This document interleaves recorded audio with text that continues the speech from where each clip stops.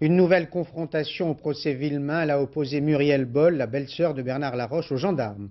Et les magistrats ont eu droit une nouvelle fois à deux versions contradictoires. Dominique Verdeillan, Gilles Dobler. Une fois de plus, la cour d'assises de Dijon est invitée à un voyage en arrière. Destination la gendarmerie de Bruyères dans les Vosges. Le 2 novembre 84, Muriel Boll y a donné sa seconde version, celle qui accuse Bernard Laroche. Une version qui, dit-elle depuis, lui a été soufflée par les enquêteurs. Le président Ruisen note dubitatif que pour une déclaration faite sous la dictée, il y a beaucoup de détails que les gendarmes ne pouvaient pas inventer.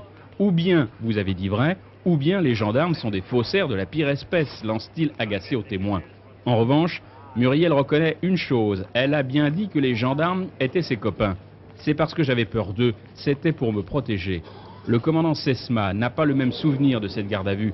Je lui ai demandé si elle avait bien conscience de ce qu'elle disait. J'avais en face de moi quelqu'un de détendu qui n'avait pas l'air traumatisé par son audition. Elle était soulagée, comme libérée. Et puis à son tour, le commandant Sesma affiche son intime conviction. Je reste persuadé que Muriel Boll est rentrée ignorante dans cette affaire, embarquée à son corps défendant. D'ailleurs, Bernard Laroche ne pouvait pas savoir que Grégory serait tout seul. Il a agi dans un état second. Preuve, la lettre de revendication a été écrite à la va-vite. C'est la folie qui passe, une folie travaillée par la haine.